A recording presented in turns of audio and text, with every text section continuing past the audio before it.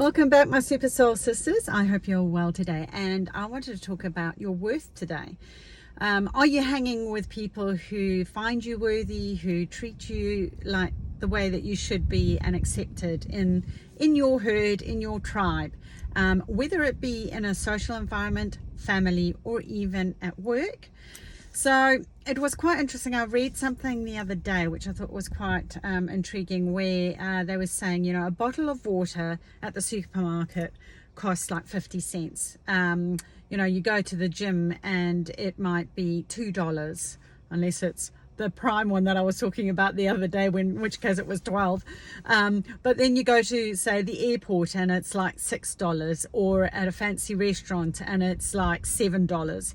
So the price goes up depending on where you are. Now, what's the difference? The bottle of water is exactly the same, isn't it? But the environment has changed, hasn't it? It's the environment that's actually shifted. So you put yourself in a different environment, and people will think of you in a more worthy light, then you need to be looking for what that environment is. And it is actually quite an unusual condition, I think, that we have as humans, because we've been so conditioned growing up that you feel like there's a need to actually be approved of by certain individuals, especially if they are family and friends, and you've had quite you know, isolated sometimes environment where it's or conditioned to the point where it's like, this is what we're socially expected to do, so therefore you should behave like X, Y, and Z. And yet it may not sync with you as the person. What's your worth and how you fit in is really what I'm all about. It's like your shoes, your path, your way, okay?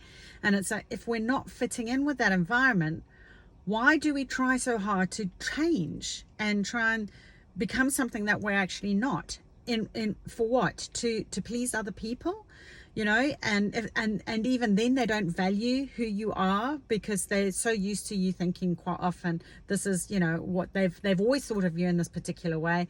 So, you know, you have to try extra hard to try and break that and change that. So I've had quite a few people coming through for coaching with this, and I have to say, like, there was one where the lady was saying, you know, like, I just really want him, you know, like, this was with her partner, I just want him to really see me and recognize me and be something. And you know, he was so lost in his own trauma. He had a lot of stuff going on. It's not that he's a bad man, he just wasn't able to give her what she needed. But he did have, fundamentally at his core, he had this thing of, you know, women's places in the home. She was trying to set up her own business, and he was like, well, you know, you don't have to, you know, you could if you wanted to. But he didn't value what she was doing, and she felt undervalued as a result.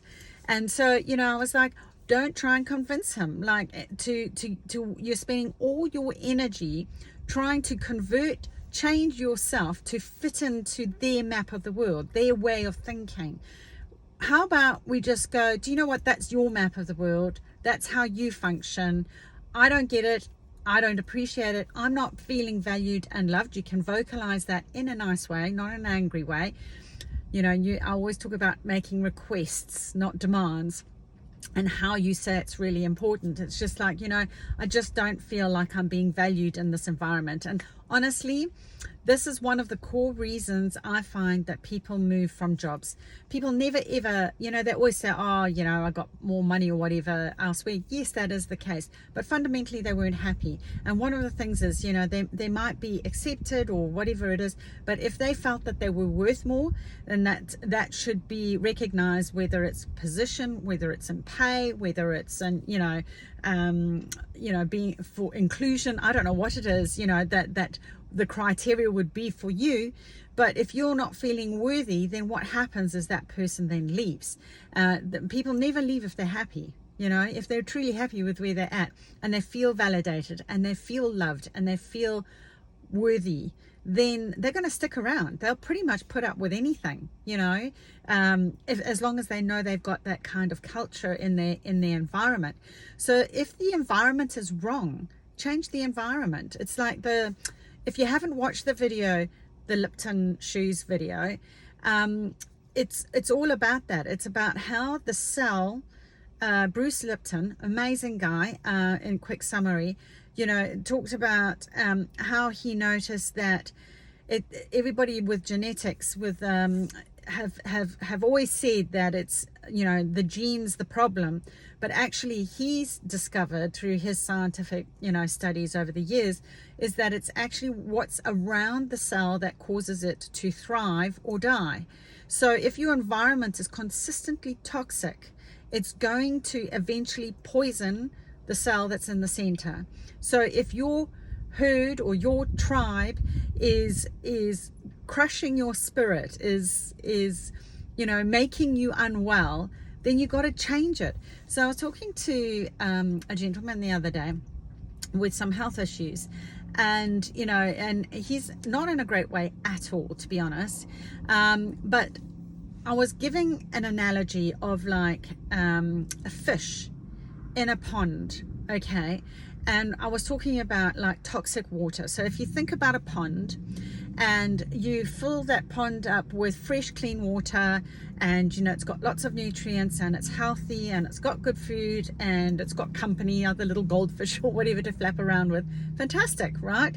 Now, if you started putting polluted water in, it could be heavy metals like, you know, I don't know, like mercury or lead or the phosphate or the, you know, that comes with all the soils or chemicals, whatever it is for you, sewage, I don't know, you know, you pick whatever the poison is, and you started filling up that pond. Doesn't matter what it is in that pond that is not conducive to that fish thriving, okay? And you're not draining it out and you're not filtering out all the bad stuff. You're just putting in poison. You might put some water in, but the rest of it is going to be poison. How long will it be before that fish actually carks it? What kind of quality life will that fish have as it gets sicker and sicker and sicker and sicker? Okay, eventually it's not going to take long before that thing does a wheels up, really. That thing is going to be floating on the top of the water, isn't it? Okay, and this is the same concept. You know, it's a metaphorical, you know, analogy really of what we're like with the people that we hang out with, whether it's family, whether it's friends, whether it's society, whether it's, you know, a cultural imposition, you know, whatever it is. If it's not feeding our soul, if it's not helping us grow and flourish and nourish us, then change the environment, you know, shift away from it. It's not easy to do. I'm not saying that it is, but at least you can be who you are, and you can find other people, like-minded people, just like you. You cannot be the only person with a certain mindset about certain things. There are literally, quite literally, billions of people on this planet.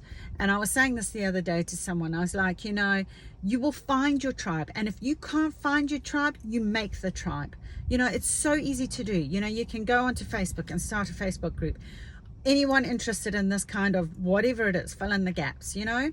Maybe it's, you know, unusual pottery, or, you know, you love, I don't know, like someone was saying the other day, how they like that very extreme climbing, you know, a rock climbing, where you literally are dangling or sitting on a wire between two mountains. Now, I couldn't possibly think of anything worse. I was just like, you can so have that. I totally admire her that that's what she wants to do. But there's going to be a handful of people that do that, and that's her thing, is like, you know, she was getting frustrated because she couldn't find people who want to do these really extreme things that she just gets a real kick out of. And there is a reason for that, but I won't go into all of that. But you know, there is that, it's that whole thing of like, go find your tribe. If you don't feel like, the rest of us might go, well, okay, you're nuts, you know, you go, yeah, so what? Yeah, I am nuts. And you know what? I am truly okay with that. So it's, how do we get to that position? First of all, you have to recognize, is my tribe not the right tribe? You know, just because I'm being brought up in it doesn't mean that it's the right one for me. Just because I've been, you know, brought up in that school doesn't mean I have to think that way, you know, or that it was a religion, or if it was a spiritual thing, or a, you know, I don't know, it could be anything. It's like, you know, well, our family always grew up as Irish dancers, so therefore you will be one. Well, maybe you want to be, I don't know, a ballet dancer. or not be a dancer. Maybe you want to play the bagpipes. I don't know, whatever it is. But go find those groups and start feeding your soul. And even if you're in a business environment that doesn't suit, start thinking outside the square and going, okay, I'm not happy. Why? You know, you got those why shoes on. If you haven't watched that video, please do. It's in my YouTube channel. And it's that whole thing of like, if we don't question, nothing's going to change. You know, if you don't do something, nothing is going to change. Jim Rohn said that, didn't he? You know, nothing's going to change until you change it. So if you fundamentally are unhappy, ask the question, why? You know, is it because of the environment? Is it, you know, they don't get me? I often get that. They don't get me. They don't understand me. You know, I feel alone. Those are all common. Like, believe it or not, you are not the only one. You are not the only one who has said that. I've heard it thousands of times. I don't know if it's quite thousands of times, but a lot of times, right? And it's that whole thing of like, well, why? Work out what it is and then change it. Go find, if it's this particular thing, there's many reasons why you may not be happy and not, you know, centered within self. But if that is the reason, make a plan, you know, set up the group or find a group or, you know, find someone who's got a similar interest and go, well, shall we do this together so that you're not doing it on your own? So make a plan, but you are worthy. Every single person, like, who is born on this planet has some level of worth, and you know, you just have to grow that. You just have to nurture it. You just have to love it so that it can flourish. You know, we're all unique. We've all got something that's different. Like that lady's amazing that she can climb and swing from, you know, that's just not in me. I'd sooner go 50 meters under the water and go look at submarines, you know, that's more my bag. And she was just like, don't take me near water. I don't mind it, but I'm not interested. So you know what I mean? Like, we're all here for a different reason, for a different purpose. You just have to find what it is. But if your environment is constantly bringing you down, change it. Just change it. Okay. We've got to get you onto your path, going your way, doing things the way you want, in the direction you want to go. So your shoes, your path, your way. Namaste.